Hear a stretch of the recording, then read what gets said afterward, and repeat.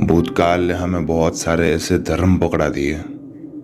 अगर आज हम उसके ऊपर एक उंगली भी उठा दें तो वो हाथ काट दिया जाता है। आज हम ऐसे ही बात करने वाले हैं एक धर्म की जो सालों पहले लुप्त हो गया। आइए देखते हैं।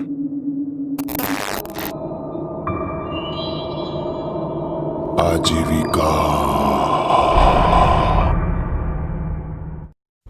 दुनिया का सबसे प्राचीन और लुप्त हो चुका है एक धर्म। हिंदू धर्म यह सिखाता है कि अच्छे कर्म करने वालों का भविष्य अच्छा और बुरे कर्म करने वालों का भविष्य सजाओं से भरा हुआ। दे बिलीव्स इन कर्मा, राइट? पर क्या ये प्रैक्टिकल लाइफ में होता है? नहीं।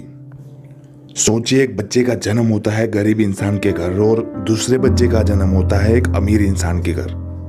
अब ये गरीब इंसान पूरी जिंदगी चाहे कितना भी अच्छा कर्म कर ले, फिर भी क्या वो उस बच्चे की जिंदगी बदल पाएगा? नहीं।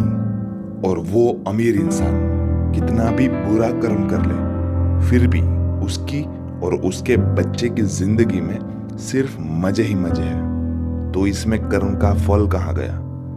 और ये बातें आज मैं नहीं कर रहा हूं, ये बातें हो चुकी है आज से करीब 2500 साल पहले, जब आजीविका संप्रदाय एक राज धर्म था। और यही नहीं, राजा अशोक और उसके पोते दशरथ ने बिहार के जहानाबाद की बराबर की पहाड़ियों में 7 गुफाओं का निर्माण करके उन आजीविकों को समर्पित कर दिया था। एक आजीविक पुरुषार्थ और पराक्रम को नहीं मानते।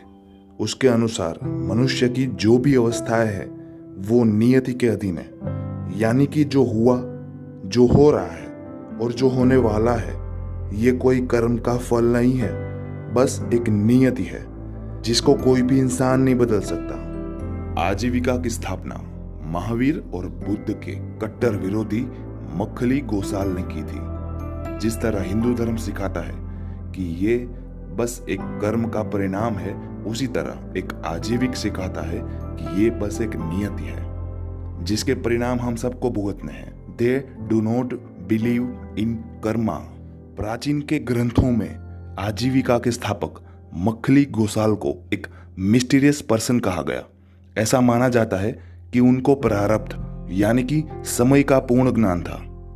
जब प्रोटॉन और न्यूट्रॉन की खोज भी नहीं हुई थी, तब से ये संप्रदाय ने दुनिया को बता दिया था कि दुनिया में हर एक चीज जो बनी हुई है वो परमाणु से बनी हुई है। यानी कि इस दुनिया में जो भी फिजिकल ऑब्जेक्ट है वो परमाणु से बना हुआ है, यानी कि परमाणु के ऑब्जेक्ट से उनसे मिलकर बना हुआ है। ये जो कॉन्सेप्ट है ये आजीविका फिलोसॉफी से आया है। उनका कहना है कि ये जो संसार है वो एक परमाणु से बना हुआ है और ये जो परमाणु का अरेंजमेंट होता है वो एक फिजिकल लॉज के ऊपर बेस्ड होता है। तो इसका मतलब ये है फिजिकल लॉज पहले से ही डिटरमाइंड है। तो ये संसार अगर परमाणु से बना है तो इसके जो एक्शंस है फ्यूचर में लेने वाले, जो भी एक्शंस होने वाले हैं इन फ्यूचर दुनिया में, तो वो सब पहले से ही निश्चिंत है। तो ये थियरी आजीविका संप्रदाय ने दी और उनके हिसाब से जो इंसान की आत्मा है वो भी एक परमाणु से बनी हुई है, यानी कि परमाणु जो पहले से बेस्ड है फिजिकल लॉज के ऊपर। तो अगर आत्मा भी परमाणु से बनी हुई है तो उसके सारे एक्शंस पहले से ही डिटरमाइंड हो गए परमाणु की तरह।